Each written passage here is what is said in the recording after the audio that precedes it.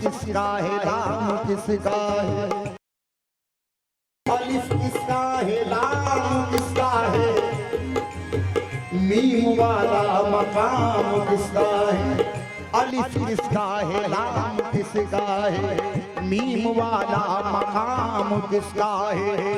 जब तेरा कोई भी शरीक नहीं,